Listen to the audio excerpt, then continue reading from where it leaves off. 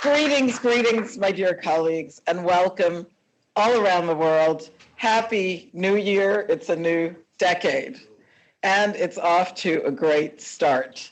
It is the decade of action as we deliver on the Sustainable Development Goals and our 3 transformative zeros.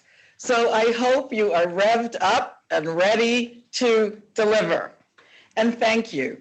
It's so wonderful to see so many people online and in the HQ office. I have to thank you over and over for that spirit of Nairobi. It took us on the road all the way to a conference that was inclusive. And it is that can-do, that we will try spirit. That is what made the difference and showed the best of UNFPA. Very proud, very proud. And you should be too when you think about what we were able to accomplish last year. So a big round of applause for all of you. It was through our joined up efforts. We joined hands on the road to ICPD 25, our UNFPA at 50 celebrations all around the world. Wow. And of course, the Nairobi Summit itself. That was a moment not just for UNFPA, but for the United Nations as a whole, led by our Deputy Secretary General with the full backing of the SG, to show how the United Nations works together, to show how the multilateral system really does improve lives for our most precious adolescent girls, women, everybody. So it was a wonderful way to reaffirm UNFPA's leadership to fulfill the world's commitment to making rights and choices a reality, to getting to zero, to finishing that unfinished business. Yes, we walked into 2019 with high expectations, just like we walk into 2020 in this decade. And I have to say that to me, the summit exceeded those expectations. More than 8,000 delegates, 173 countries, over 1,250 Nairobi commitments, coming from heads of state, coming from governments, from donors, from young people, from businesses, non-governmental organizations. Civil society was so strong in all its diversity. And yes, billions of dollars pledged to our sector to ensure that the public and private entities that were making these commitments will fulfill them. So think about it. We were able to prove without a doubt that there is strong political will to achieve our 3 zeros. We showed that there is a passion to end the unmet need for family planning in every region of the world, and to end preventable maternal deaths, to end gender-based violence and harmful practices. So now, what's coming next? I do intend to convene that high-level commission that we spoke of to follow up on the Nairobi commitments. This is going to help us. It's going to help us to ensure that the next 10 years are indeed a decade of action and results for women and girls. And yes, of course, we face resistance. We've got to be clear-eyed about that. We do see some international efforts to undermine agreed language on issues like sexual and reproductive health, on issues like reproductive rights, comprehensive sexuality education, and even gender equality. And that's really sad. However, we as UNFPA are engaging with member states. This week, we're engaging with our executive board to protect our work, to protect our mandate, and to counter these regressive arguments using the abundance of data and evidence and skill and willingness. Again, the willingness to try and the willingness to do. Despite the pushback, what we saw in Nairobi is that there is an even greater push forward.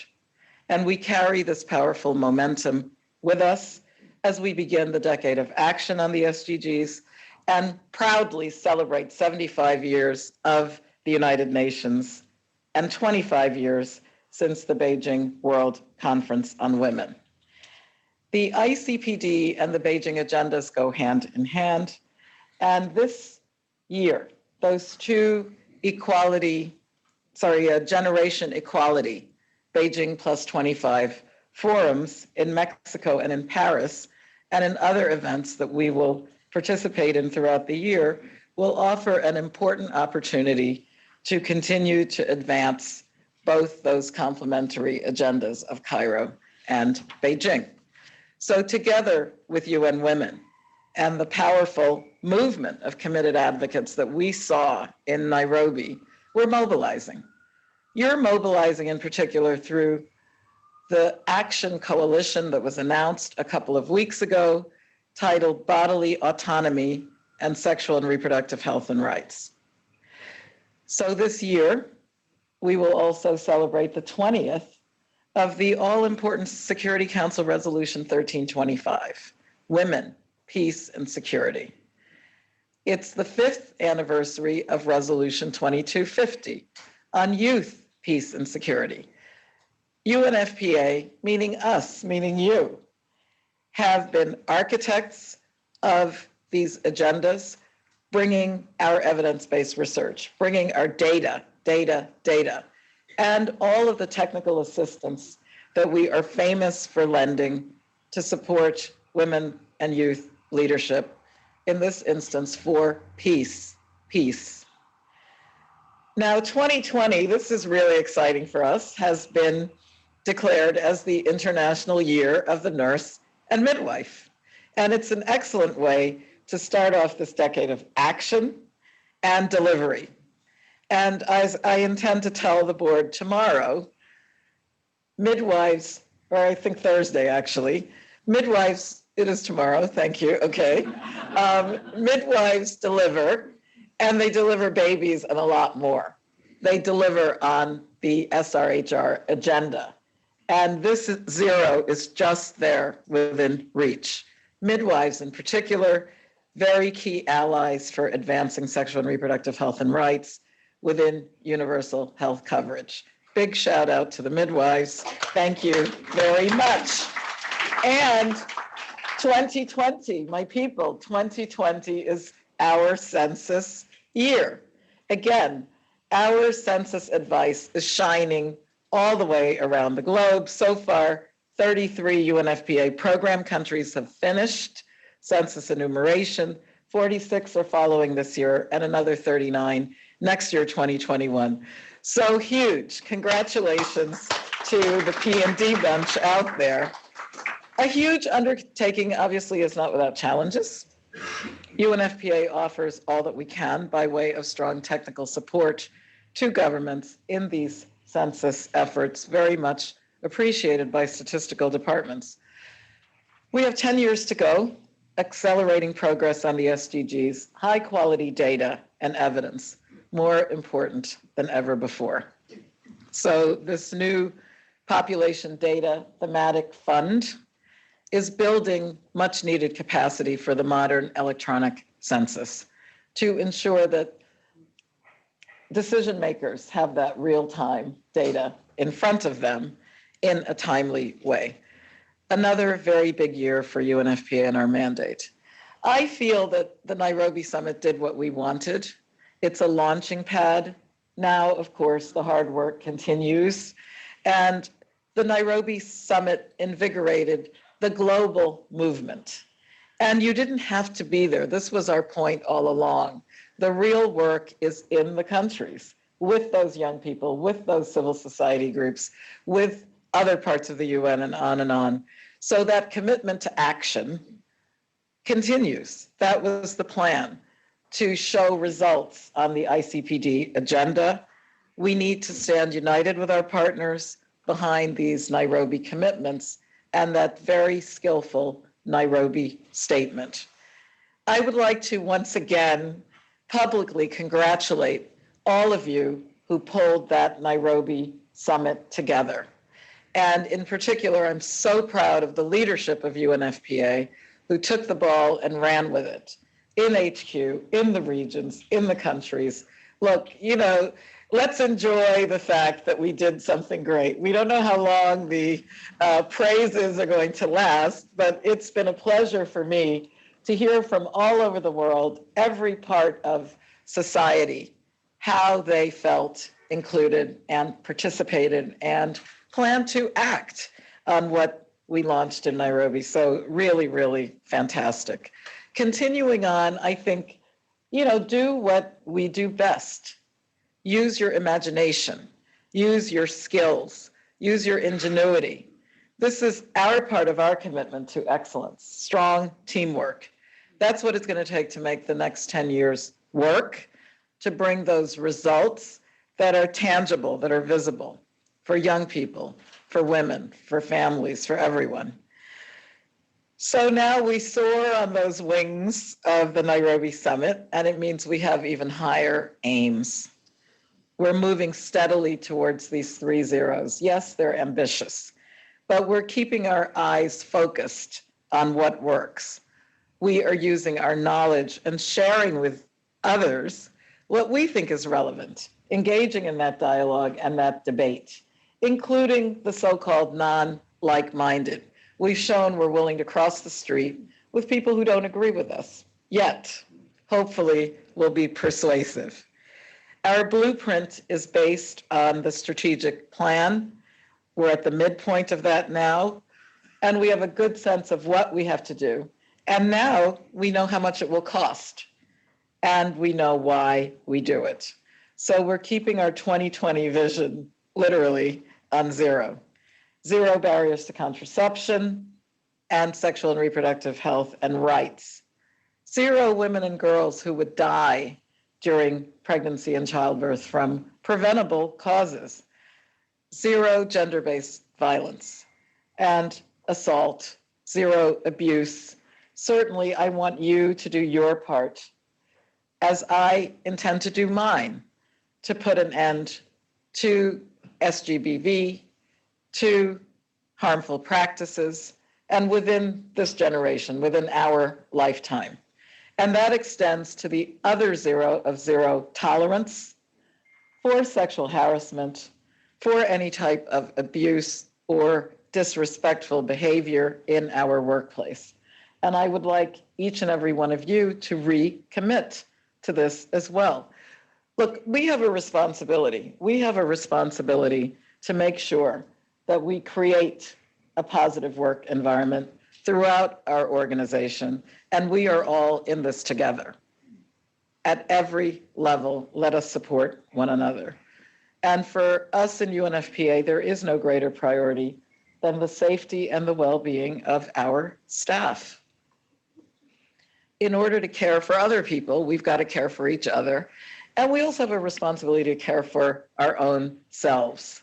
And this is why, for instance, I am closely monitoring that situation with respect to the outbreak of novel coronavirus 2019.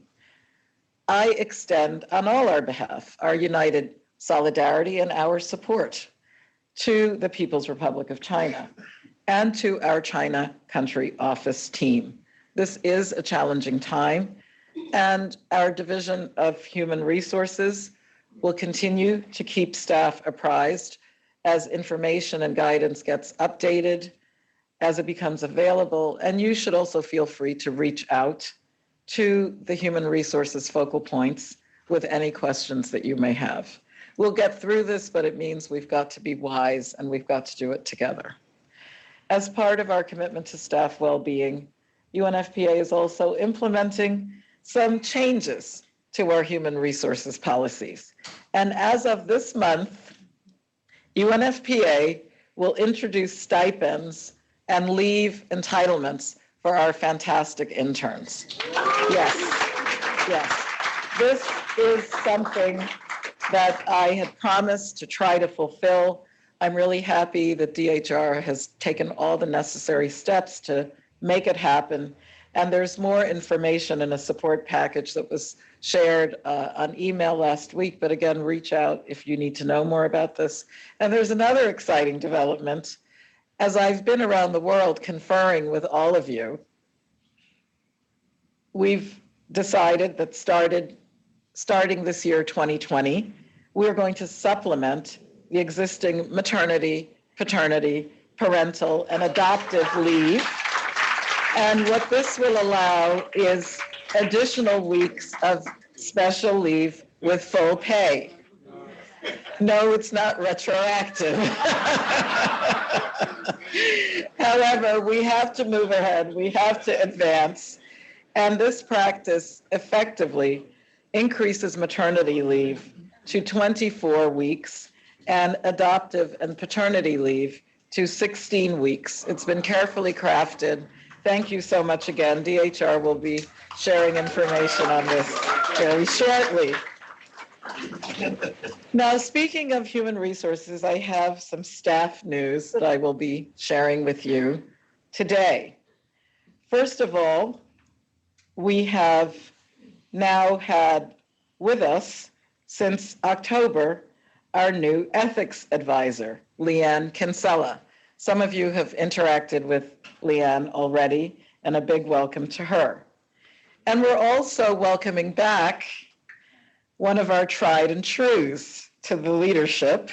This is Harold Robinson. Harold, can you just, so that Harold rejoined the organization as, I think the camera's behind you. Harold rejoined as Regional Director for Latin America and the Caribbean in October, having served as UN Resident Coordinator and UNDP Representative in Panama. Welcome back, bienvenido, bienvenido, Harold. Finally, our outstanding Deputy Executive Director, Management, none other than Ms. Laura Lundén of Finland, will depart UNFPA next week. Laura has made enormous contributions to the United Nations. She has had a career that spans more than 3 decades in the UN, and she devoted her last 4+ years to UNFPA. And it's particularly her work on change management and on the broader UN reform that has distinguished her tenure. Speaking for myself, it has been an immense pleasure to work with you, Laura. We have stuck together through thick and thin. We know that when it comes to women's leadership, we tried to model what we could do at very precarious times for this institution. And it has been a real joy to see how we have made progress. Laura preceded me as Deputy Director, and then I joined her subsequently before taking the role I have now. But we really have co-created much of what the success that you see should look like. And I will say that on behalf of all of us, I'm thanking you and saying that we will truly miss you, Laura. We wish you the very best in your exciting next chapter.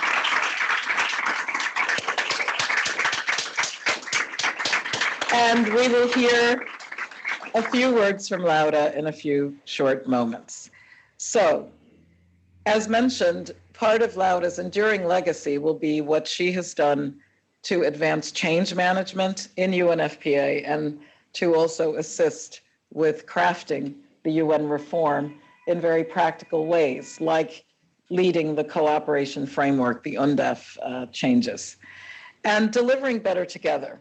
That's a big part of what we need to do as reforms are now being mainstreamed across all that we do. And we have had our team lead an internal survey on UN reform. And I'm told that we ourselves say that there are indications of more transparency and more collaboration. The environment is better. There are more opportunities for us to have joint initiatives with other UN agencies.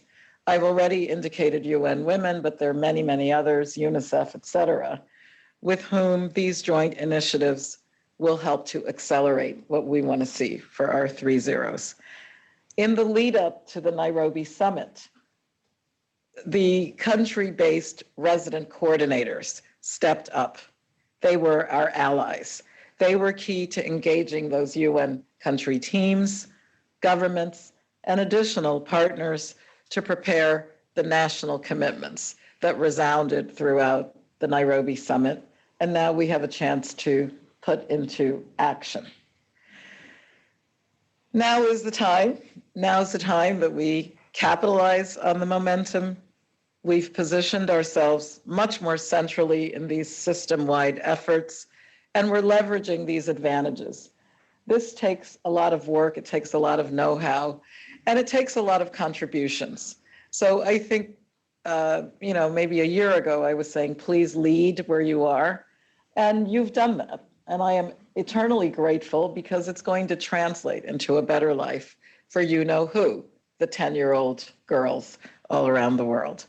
So this decade of action on the SDGs, important opportunity, rallying those UN country teams, working with these RCs around the transformative results, giving them the language that they need to be able to honor this commitment to finish the unfinished business using the SDGs platform.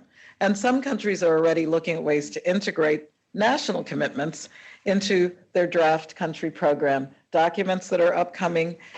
We still have to advocate. It's still a turbulent sea out there.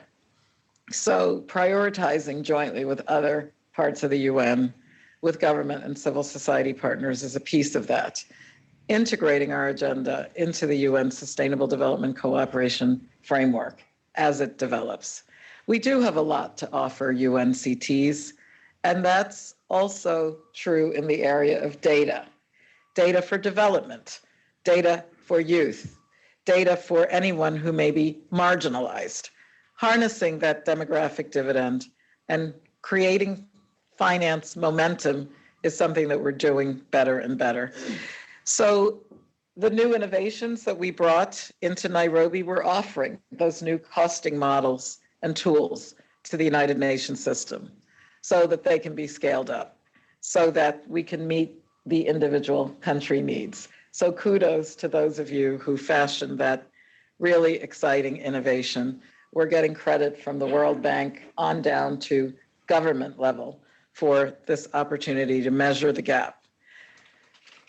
And then we will continue to reflect on our own organizational culture. We have opportunities to address challenges in the years ahead by equipping our own selves better. We're focusing on integration, adaptability, agility, innovation, partnership, and it's all because of wanting to see results. What kind of culture do you think we need to seize these opportunities? These are the conversations that are going to preoccupy us in 2020 and in the decade ahead. So thank you to the staff members who are participating in the discussions around UNFPA culture, what it is, what needs to change to make it what it should be, what are our strengths, but also what are our challenges. And I recently had the opportunity to participate in a workshop with HQ staff members. When I travel, I intend to continue to engage with other staff on this. It's a priority. It's a priority for the health of UNFPA, and this is why I'm prioritizing it, and this is why I'm inviting you to prioritize it. The change team has really activated. We have a number of interregional and HQ workshops coming up. We're bringing together participants from over 80 different country offices. All our regional offices are involved. And we're working now to consolidate some of the findings. This is going to inform future discussions and also decisions that we will have to take at the management level in the coming months. So I will wrap up because we would like to have time for discussion, I'd like to reiterate over and over again, thank you. You know, it's one thing to try and fail. There's nothing wrong with that. You've got to try. But it's really exciting when you try and you succeed. And that's what you did. And it took tremendous work. It took tremendous dedication. Lots of invisible things happening behind the scenes. Again, not just for those moments in November, but the entire road to Nairobi. And now, as we go marching into this decade of action, thank you for that tremendous work. Thank you for caring enough to be dedicated as you go about your work. I would like to signal our special appreciation to those of you who are working in hardship settings. Not easy, but you continually provide capable and selfless service. Your extraordinary work will be front and center on Thursday, the 6th of February. We will launch our Humanitarian Action Overview 2020 here at UN headquarters. It's going to highlight our humanitarian achievements last year. And we will be making our humanitarian appeal for 2020. This week, we will also dedicate time to ending FGM in our lifetime. So I'm very excited to see that that program also has great prominence on the HQ agenda this week. Look, I couldn't be more proud. Thank you, each and every one of you. You should know that the Secretary General, the DSG, so many others, all have appreciated what we have accomplished together. Okay, we're not there yet, but we have a roadmap. We know that if the way is long, we have to be strategic to get to those 3 zeros, that single digit, by the end of 2030. This is a march to improve the life of the 10-year-old girl. We don't give up because she can't give up. It is a marathon, so prepare, support each other, let us learn from each other, and please let us keep moving forward. Adelante. Thank you very, very much. Thank you. Thank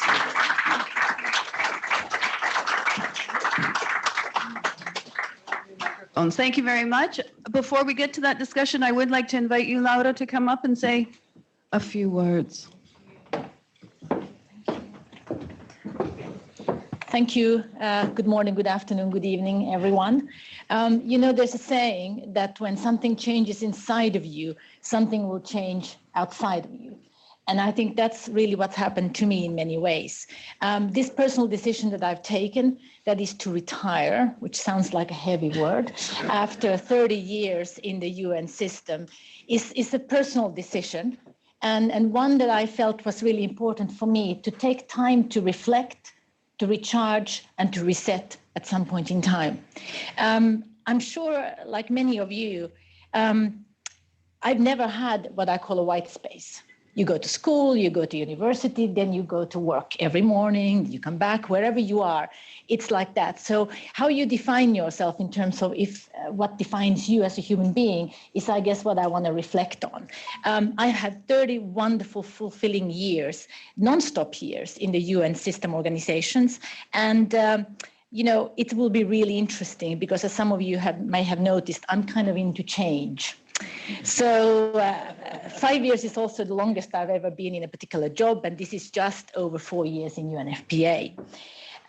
But on a more serious note, you know, the mandates and the people that I have been fortunate to serve and to serve with have really meant the world to me. They've been my life in many ways, and I'm deeply honored and grateful to have had the opportunity to work for United Nations and now to work for UNFPA. And now you can see an emotional Finn. Take a hard look, you don't see many of those around. So my journey has taken me from UNRWA to UNHCR to UN headquarters and a number of peacekeeping and peace-building operations. In some cases, I've been a repeat offender in these organizations, and just over 4 years now in UNFPA.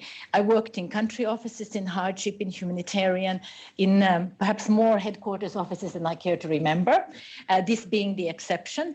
And I worked for basically for rights and choices like the last 4 years, for reforms and change. And it's been a fantastic journey. I've been privileged to work with such incredible, dedicated people, with all of you. And the people with humanity, with passion, with compassion, because I think that's really a key area, with integrity and an unflinching, steely vision of a better world for whoever you're working for. And I think that's really made it such an important route. The worst of times, and I hear many of you saying the same, have been often the best of times, because when times get hard, people unite behind the cause. And really it becomes something that's a uniting issue. And I wish, not bad times, obviously, for UNFPA, but I wish this unity of spirit to remain in UNFPA because it is so important. And again, it's been an honor and absolute pleasure to be part of the global community of UNFPA. I've thoroughly enjoyed interacting with all of you. And in saying a fond farewell, I remain cautious about listing people because inevitably you will forget someone. So I've opted for a sort of massive, universal, heartfelt thank you for the wonderful collective UNFPA family, but not so fast. I am grateful for all that you have taught me, for all the support that you have given me from near and far, for every patient briefing, for every talking point. Well, not every, but most of the talking points, every event, again, almost every, that you have created, every document and every ask that you have made for me. I will single out only 2 people, Natalia, my twinsy. I'm in awe, and I'm sure you are too. For over 4 years that we have spent together, first as novice TEDs, and after Natalia became our ED, after the tragic passing of Babatunde. We've had solidarity, camaraderie, for exciting and uplifting, truly once-in-a-lifetime moments for me, and I hope for you too, and I hope these to be good events. And for all that I have learned, and that is indeed a lot, I am grateful. I'm grateful for Natalia's deep, unique, first-hand, and real expertise, not the one that I have learned perhaps, but the one that has been lived, and a real tour de force personality. She's got uncanny instincts. Often I tend to say to myself is that, under this superficiality lurks absolutely nothing, but Natalia has this instinct to see far beyond what is actually happening. She's got an incredible drive, and we've seen what she has accomplished last year, an absolute clarity of thought and purpose. I often reflect, and I hope, I'm sure you do too, how very fortunate UNFPA has been to have Natalia as our ED. And then the second person I want to single out is Claudette.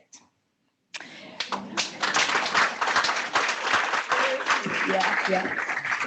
As much as Natalia has guided me, had it not been for Claudette, I would not have been where I need to be at the time and in the right place with the right documents. So Claudette is long-suffering. She's one of our dearest colleagues who really has supported generations of UNFPA colleagues. And Claudette, thank you very much for everything that you've done.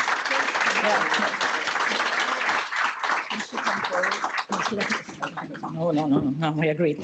So working for UNFPA has really been a highlight of my career. And throughout my career and in UNFPA, and this goes back to what Natalia was saying, I've always been committed to there being loyalty and solidarity and unity of leadership within an organization. And that's, I think, what has stood us in such good stand in the recent years. It's perhaps a little sad that across the UN system, this type of unity of leadership is an envy. So I would say, please treasure it, please stick to it, come hell or high water, because it is really what makes organizations stand out.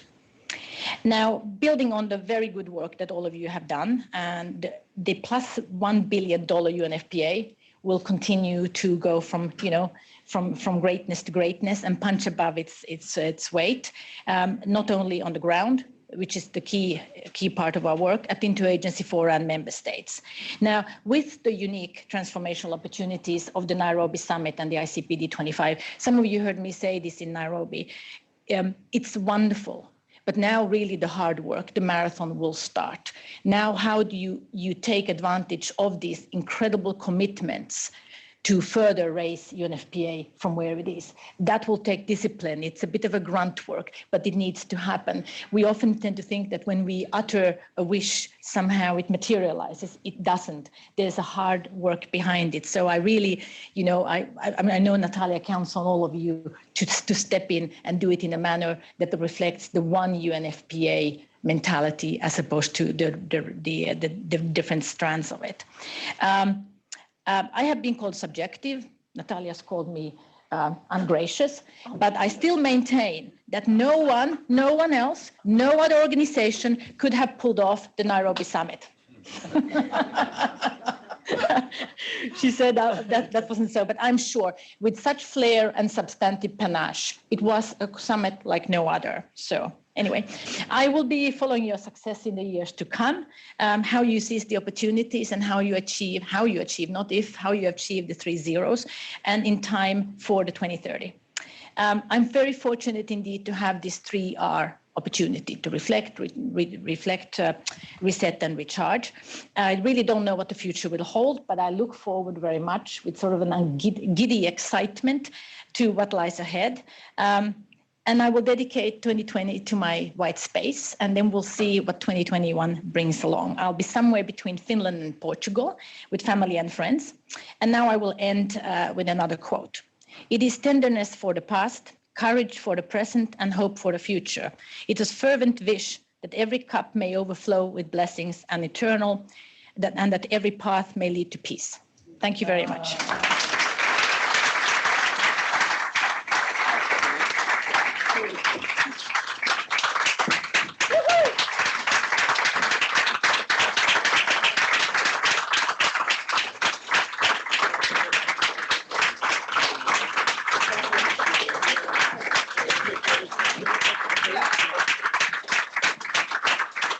Beautiful. Thank you. Beautiful. Thank you. I think we're all a bit choked up. Thanks from all of us. And I know our staff around the world will be sending their thanks to you and best wishes. So we'll start the discussion now. We have some time for Q&A. I'm going to start off with some questions that came in advance because we appreciate the people that did take time and respond to the call for questions in advance. Several of the questions have to do, and I think you talked about it a bit, about the integration and partnership that's going to be so important because we're juggling a lot of balls between the Nairobi commitments, the 3 zeros, the SDGs, Decade of Action, to name a few. And how are we going to meaningfully act on those? So let me just start with a question from Haiti. Will the follow-up to the Nairobi commitments be integrated into the programmatic approaches for the midterm review of the current strategic plan as well as the next strategic plan? And if so, how will this relate to the upcoming country UN Sustainable Development Cooperation Framework? Well, thanks so much. It was great that we've had questions coming in from all over the world, and this question from Haiti is really central. The Nairobi commitments were self-generated. We asked people to address our 5 themes, and they did, but they picked whatever they felt they could work with within that framework. And the Nairobi statement, which was very carefully negotiated as a world statement, reinforced in essence the ICPD program of action. So remember what we said is we're happy with ICPD program of action. It's evergreen for the last 25 years. It's just that we have not fulfilled what we promised back then. So reinvigorating it was what it was all about. So these commitments, along with our midterm review, which is of our strategic plan, which is results oriented this year, are laying that foundation for how are we going to accelerate progress, do more of what works, less of what doesn't work, and mobilize others because no one does it by themselves, right? In the back of our mind, we know that to plan for the next strategic plan, that's not going to happen overnight. So midway through where we are now, we're already like, what's 2022 through 2025, what are those 4 years going to look like? So I think all across the board, every division is looking at this. The countries are emphasizing integration. And this is why this question is so important. As the existing UNDAFs expire and we're building the new cooperation frameworks, you have to get in there. You've got to get in there and advocate. You've got to get in there and make sure that there is evidence and data that is just so overwhelming that the protection issues, the prevention issues, the treatment issues, and the data issues are all going to make it to the table. So that means working jointly. That means being visible. You know, we said vocal and visible. You know what you're talking about. Be willing to share, you know, and if you don't know yet, be willing to investigate, you know, volunteer to do that. On the decade of action on the Sustainable Development Goals, this again harks back to our 3 zeros. Family planning has 200 million women whose everyday life is being affected because fertility is dictating their fate, right? SDG 1 on poverty. If you're in Niger right now and you're the woman with the 14 children, really, what more can we expect of you? On our side of the fence, not just UNFPA, but again, skillfully with partners, we have a real opportunity. We saw big commitments. They keep correcting me. Dereje reminded me yesterday, I think it's 425 million pounds that were committed by UK in Nairobi over a 5-year period to accelerate family planning. So TD, you have your work cut out for you, and we're right with Benoit and Gifty and all the worldwide team that's trying to make this thing happen. So with the topic of SDG funding and financing becoming more and more important, you know, again, RMB, resource mobilization, every rep, every regional director. The 3rd year in a row, we're $1 billion organization. We have to say you've done something. So, Klaus and Co, well done. And Arthur and I talk about this all the time because the strategy of having that international steering committee, that international program committee, was to show that UNFPA actually works well with others. So you amplified that in your own work, and that's what's going to change this game from slow, incremental, 1 step forward, 2 step back, right? Into leaping ahead and running down to the finish line of the 2030 agenda. I also like the fact that this question was highlighting how the country focus should evolve. We're all really here to support what's happening in country. That's the biggest theme of the SDGs anyway. So integration, programmatic approaches that are inclusive, and also, again, you know, taking that step forward to volunteer, that yes, women are absent. You know, there's a lot of issues around sexual diversities where UNFPA is the one who talks about, you know, LGBTIQ issues. We put rape on the agenda. Now I'm convinced FGM is around the corner. But remember, some of you have been in this for a long time, like I have. It wasn't polite to talk about FGM. We couldn't really get a hearing. Now everyone understands the rights issues. And I think our joint program has been renewed now, UNICEF, UNFPA, holding hands on this. We're going to make a difference. This is going to mean a lot for women and girls in communities. Anyway, I know there are more questions, but I really like that one. So. Okay, next one, I think, talking about delivery, the decade of delivery and the organizational culture that's needed for that. How can we go beyond business as usual, trying new things, failing, and learning to do better? Well, you know, I think Laura's farewell was an example of this, right? Because she's calling it, you know, white space, time to dream, to get to know herself. On a day-to-day basis, we have to admit that part of the change process is also knowing your own self, your own capacity. You know, some of us are really shy, but we have to overcome that in order to advocate for what it is that we want. Others of us have very harsh opinions. how are we going to temper that so that when we're speaking to people, they're not hearing us lecturing to them and dictating to them, but we're actually sharing what we know in a way that it can be absorbed. This change management thing, I think, is relevant for everyone because it accelerates the work internally, but also externally. You know, every couple of months, my PA Barney and I reach out to US government, to the Pope's representative. The Vatican, you know, has observer status. We've done fantastic work with religious groups. Azza will be transitioning this year. Well, actually, I think she has officially for February. Her work with religious communities has been fantastic. We need to have a bigger tent, and change management is not just about the structure. It's really about, you know, again, I think as Laura was talking, if we are envisioning peace, that third zero on sexual and gender-based violence is highly relevant. If you're quaking in fear in your own home or, you know, in whatever the dynamic is that's disturbing you. We saw this when we lost our colleague during the Nairobi summit. She was murdered here in New York, and her 5-year-old child. So for me, to deliver on ambitious action, we have to be ready as individuals.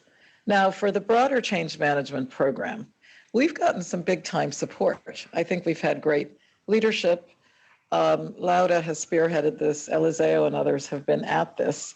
You've all been invited, the 80 plus countries, but if you're not on that 80 plus country list, you're in the half that's not in there yet, and we need you. So ultimately, I believe that change management got big support from a foundation like the Gates Foundation that sees us as an interesting group that's really trying to work better, not for the sake of filling out forms and policy writing or whatever, but making those policies motivate us to do better. So, you know, certain things that DHR is doing with our talent management, with our stipends for our interns, et cetera, are also sending a signal of how do we look at equality. If you're a new parent and you want to give your own child the best shot at success, that's going to extend to wanting to give someone who is not your child the best shot at success, you know? So maybe that's not a lot of detail, but I will say that in order to position yourself to advocate, to be convincing, you have to have confidence. And that confidence doesn't come from anything except through hard work, through experience, and through respecting each other. Because if you're not available to hear what someone wants to tell you, that good idea is going to get squelched. That person is going to feel, well, why should I bother? I'm not going to risk embarrassing myself. She really doesn't care anyway. And, you know, I care. I think you care. So we have to figure out how do we personify that and how do we give that space. So ultimately, I think, yes, you'll be hearing more about how we're leveraging this change management process. It is part of the decade of change, et cetera, but stay tuned because this is work critical. Okay, another part of this, which is a concern expressed from the Liberia Country Office, that while we're embracing these transformative goals, the SDGs, Nairobi commitments, as an organization, we usually get bogged down by our own bureaucracy, especially regarding HR, procurement, and supplies, and many operational issues. When we set transformative goals, the operational and technical support issues and needs are never discussed in detail. So there's concern that as we're moving ahead, operationally, we're lagging behind. Well, you know, again, not just Liberia, I think, you know, all of us need to figure this out. The fact is that we exist in a bureaucracy and we need to show accountability. So some of these things are sensible and they need doing, and, you know, whatever, we take our medicine, we do our homework. But I'll be the first to say that to my eye, there are a lot of things that are kind of antiquities. You know, they were there, so they continue to be there. So this is how we've always done it. So the person who is asking why is really important. And you know, what's even better is when you ask why and you say, I've seen it done like this somewhere else that works better. You know what I mean? Like, we're not going to get rid of all rules and regulations, but hopefully we will be streamlining them. I don't know if Josephine or others would like to speak to this point in particular. Feel free, but I do believe that, you know, timeliness and also communicating with you is part of that equation. Yeah? So thank you. It's a great question. And it's also a conversation that we were having with the executive committee in December, because we had such amazing success in Nairobi. And so the question becomes, if these are our ambitions, do we continue to do the things that we do the way we've always done them, or do we change? And so we all agreed in the EC that we need to change. We need to do things differently. So some of the work that we're doing around organizational culture, that is critical. What is a culture that we want? Laura talked about that. Natalia did as well. And what culture, how do we put that culture in place? So I'm really glad that that work is happening. But there are other questions as well. What kind of managers, what kind of leaders do we want to be? What kind of skills should we have? How do we proactively develop this? Do we go out there and start to buy them, or do we find ways to develop the skills that we want? What skills do we want? What will we want in 3 years' time? What will we want in 5 years' time? How do we start to have those conversations? There's also questions around how do we execute? How do we execute the work that we do? And as we're doing that, how do we organize the work? How do we ensure that we don't have everybody going crazy and totally stressed out because we're trying to achieve 3 billion and we're just, you know, the hands that we are? How do we make sure that we have the psychosocial support, that we have the tools that we need to be that big and great organization? So the question that Liberia, and I'm sure other people are asking, is actually absolutely relevant for us this time. We're talking about building ourselves a people strategy. So we're not going to talk about an HR strategy, i.e. staff rules and staff policies, but really a people strategy. And we'll be looking towards everyone contributing to what this needs to look like. Similar to what we're doing with culture, we'll be looking to figure out what kind of organization do we want? How do we become more flexible? How do we become more agile? How do we know our talent? How do we build leadership at all levels of the organization? How do we build bigger and better teams? So I do welcome your inputs. I do welcome your ideas, and we'll be looking to do all this work in 2020 in preparation for our next strategy. Thank you. Josephine. Thanks so much. Thank you, Josephine. I think we're going to open it up to the room now. Anybody in the room with a question, please raise your hand. We're here with microphones.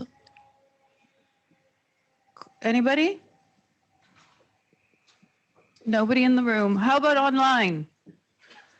We can take questions online. There's a hand. I think Peter? there's a hand online. Yeah, I see. And actually somebody I think is getting up to speak. A colleague in the Togo country office, from what I see. Togo, please go ahead.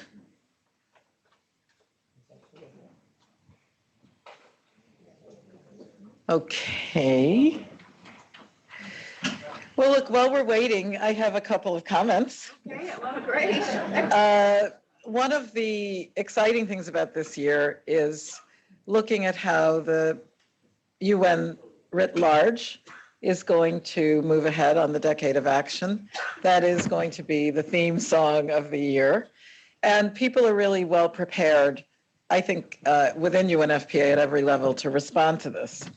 Now, I hearkened that Nairobi, I think, was a boost of energy for UNFPA, but it also made the UN look good. And this is sort of social capital for us to build on. One of the skill sets that we really needed was incredible octopus level multitasking. And I think, Jenny, that you and your team really rose to that occasion. So I'd like to recognize Jenny, and I'm told the regional deputy directors also were the backbone of some of that seamless process that ensued. I'm really happy that one of the most skilled people in UNFPA, none other than Bruce Campbell, has agreed to move to Geneva and from there help us to monitor the Nairobi commitments and also involve himself in tracking that commission that I mentioned before. So Bruce is in New York this morning. Thank you, Bruce, for taking up that assignment. We will have, continual changes in assignments as government clearances come through. We will be announcing a number of very exciting developments, I think, at all levels of leadership, including our reps and some of our MCOs. Now, the other thing I would also like to mention is that Nairobi distinguished itself among disability activists who actually gave us 100%. This is something which I'm really proud of.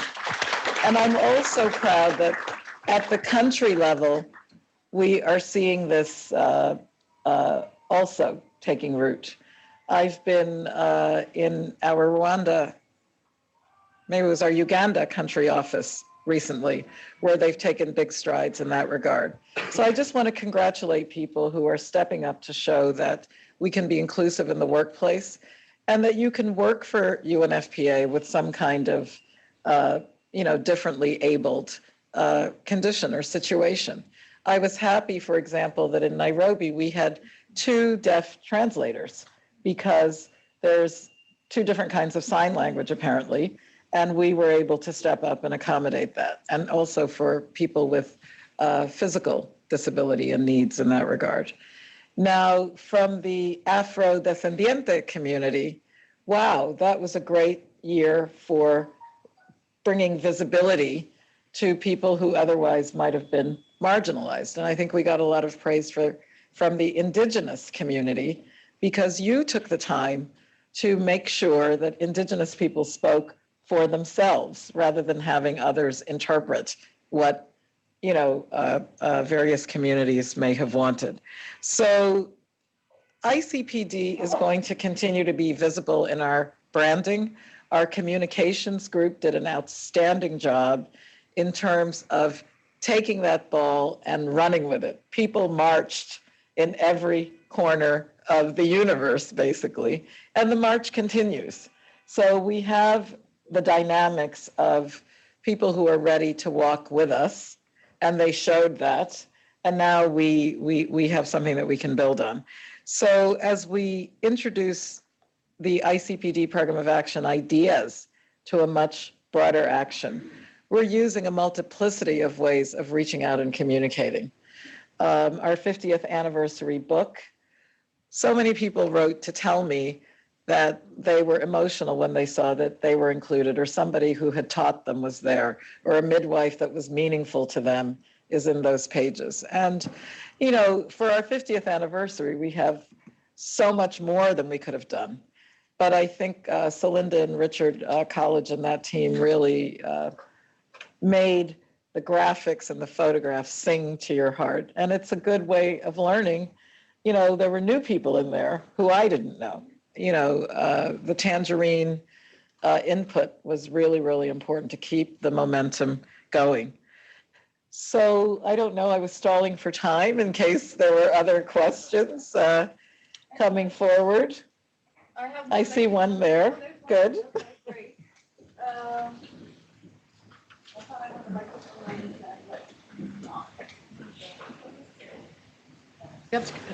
Introduce yourself, please. Oh, sorry.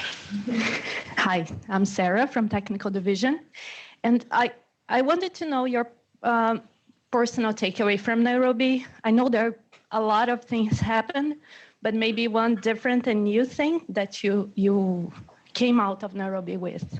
Thank you. Well, Sarah, that's a great question. And I believe that there's a process that is going to chronicle Nairobi from the UNFPA point of view and Nairobi from the community point of view. So not just a book, but I think a process of documentation that we're taking rather seriously because, like I said, SG, DSG, and those other 10 USGs who physically came to Nairobi. A lot of others were there in solidarity. The more than 100 ministers. There are a lot of great stories to be told. I think for me, the takeaway that I got, because like I said, in my remarks earlier, I did have high expectations. I was a believer that we can do this. But I think what I really took away from it was that not only will people step up, they will surpass and go further and kind of, I have, most of you know I turned 65 while I was in Nairobi, et cetera, et cetera. So I've seen a lot of wow programming over the course of my work life. But I was truly wowed to see how UNFPA took the leadership in a way that I thought was really sensible. It wasn't like, let me be in the front row. It was, oh my gosh, there are problems with hotels. What can I do behind the scenes to make the experience better for someone else? So there was a real spirit of keeping our eye on the prize, which I kind of thought that we would do, but I really think it was amazing. And so many people enjoyed the art that was hung, the music, everybody wanted to go with us. And I went to a lot of the road to ICPD, 25 Heures, Dakar. I was in, Bhutan, so many exciting places on the road to Nairobi. But then when I left and I also continued to travel, I saw that the impact of the big meeting was much more important in a little community somewhere in Belarus, for example. I visited with disabled activists who are really on fire. Some of them had been in Nairobi with us, but whether they went to Nairobi or not, the understanding that women and girls' issues are not going to be swept aside was really, really crucial. In summary, I am really, really grateful that my belief in humanity, if you will, was reinforced by our team. We adjusted. It wasn't easy to be there. It wasn't easy to not get to go. A lot of people sang their hearts out for this thing, and we had to manage numbers. So as much as I would have wanted particular people to go, we had to say, no, do what you can at the country level, et cetera. And I think that really shone through. I think that really made it much more powerful. I don't know if other people would like to volunteer their impressions of what made it special for them. I'd love to hear.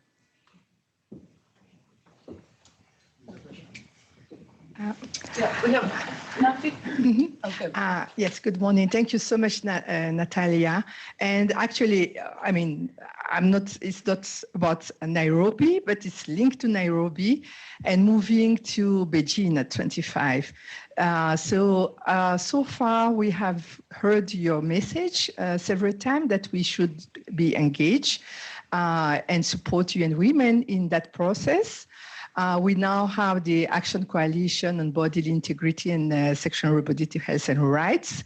And my question is actually until which step we should engage and lead that coalition or propose to lead that coalition. We have 1 week to make a decision and a proposal to UN Women regarding that coalition. Should we move forward and take a strong leadership there and trying to bring what we learned from Nairobi into Beijing at 25? Or should we just support them somewhere? Because that has already started with some information on how we did Nairobi, what to do, what not to do. We are really, feeding them into a lot of lessons learned from there. And that will be sufficient because we haven't seen them so much engaged for Nairobi. Thank you. Thank you, Nafi. Well, first of all, thank you for your leadership as our leader now of our work on sexual and gender-based violence. I really think that the bar is high and that you'll meet that bar. And your question, Nafi, is really important. We are not going to be passive and assist. This women's meeting is as much ours as the Cairo agenda is UN Women's agenda and all of it belongs to the SDGs. So I expect us to be proactive. I expect us to lead, co-lead, I should say, because again, it was never about us being out there alone. So this is a magical year for these two meetings to succeed. Just at the end of January, we've had more information that we were waiting for. What is Mexico going to do? What is the proposal for the Paris meeting? We need to lead where we are. And remember, our footprint is bigger than UN Women. We're in 155 countries. I believe they're in, half that, whatever the number would be. So we need to associate ourselves with Beijing Plus 25, generation equality, right? And those two forums, moreover, will reverberate post-Nairobi, as you indicated, in the first part of what you were saying. I think you succeeded in getting them to call this action coalition bodily integrity, the human rights of people not to be married off, not to be subjected to FGM. For me, that's what bodily integrity stands for. I thought it was interesting that USA attended the Nairobi summit, albeit not at a high level. They came, that was great. And they launched a commitment to help to end FGM. So we need to capitalize on that wherever we may be. And I will also say that for the Beijing agenda, the only way to push forward is to address some of these pushback elements. And gender equality is so central, right? Gender diversity is so central. Human rights is so central. So I think, yes, this is going to be a really important year for us to continue to show leadership, to go to UN Women if we're not hearing from them, and not just to offer to assist, but to say, look, we can take this chunk of working with civil society or whatever it is that we can offer. We should readily step forward and do that. Much like for us in Nairobi, although, they don't have as much time as we did. It's a compressed timeline. We didn't really try to do everything, be in every session, lead every, what did you call them, Arthur? Like the tracks. The themes, exactly. So for that bodily integrity and SRHR theme, that's us. So I think we should definitely go after that. Thank you again, my dear colleagues. I really want to wish you a happy new year.